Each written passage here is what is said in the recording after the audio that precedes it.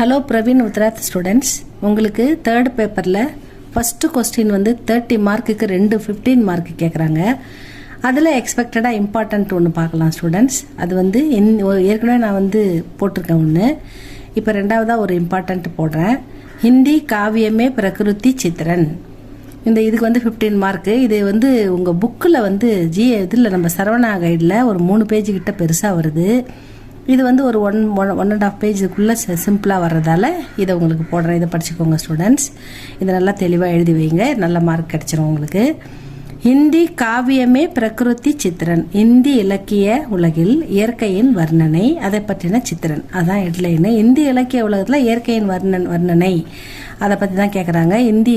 இந்தி காவியமே பிரகிருத்தின்னா இயற்கை, அதை வர்ணித்து அதனுடைய வர்ணனையை பற்றின சித்திரன் அப்படின்னு எடுத்துக்கணும். ஃபர்ஸ்ட் பேராவில் பாருங்கள், ரூப்ரேகா. அதாவது ரூப்ரேகான்னா உங்களுக்கு குறிப்பு, என்னென்ன குறிப்பு சட்டம், அதில் என்னென்ன ஹெட்லைன் கொடுக்க போகிறோம் அப்படின்னு கொடுத்துருக்காங்க. ரூப்ரேகான்னா குறிப்பு, பூமிகா முன்னுரை, பிரகிருதிக்கே தோ ரூப் இயற்கையின் 2 வடிவங்கள், இந்தி சாகித்ய கே இதிஹாஸ் கே விபின்ன இந்தி சாகித்ய இந்தி இலக்கிய உலகின் வரலாற்று, இதிகாசன வரலாற்றில் விபின்ன காலம் வெவ்வேறு காலங்களில் பிரகிருதி வர்ணன் இயற்கை வர்ணனை அப்படின்னு எடுத்துக்கணும். உபசங்கார் முடிவுரை, இவ்வளோ தான் நம்ம கொடுக்க போகிற குறிப்பு சட்டம். தலைப்பு வந்து பூமிகா, அதை பாருங்கள். பூமிகா முன்னுரை. मनुष्य और प्रकृति के बीच में अटूट संबंध है. மனிதனுக்கும் பிரகிருதி இயற்கைக்கும் இடையில் நடுவில் டூட்னா பிரிக்கக்கூடிய, அட்டூட்னா பிரிக்க முடியாத சம்பந்த உறவு இருக்கிறது. மனுஷிய அவர் பிரகிருதிக்கே பீச்சுமே, மனிதனுக்கும் இயற்கைக்கும் நடுவில் அட்டூட்டு சம்பந்த பிரிக்க முடியாத ஒரு சம்பந்தம் இருக்கிறது.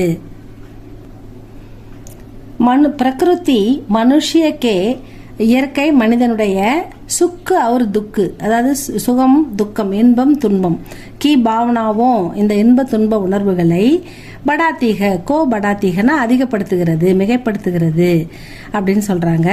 इसलिए सभी भाषाओं के इतिहास में, இதனால எல்லா மொழியிலுமே சபினா ஆல், பாஷானா மொழி, இதனால் எல்லா மொழிகளிலுமே இதிகாஸ் வரலாற்றுல பிரகிருதி வர்ணன் இயற்கை வர்ணன், பிரகிருத்தினா இயற்கை வர்ணன் வந்து அப்பனா அழகு ஸ்தான் ரகா, இயற்கை வர்ணன் வந்து ஒரு தனி இடத்தை பிடித்திருக்கிறது.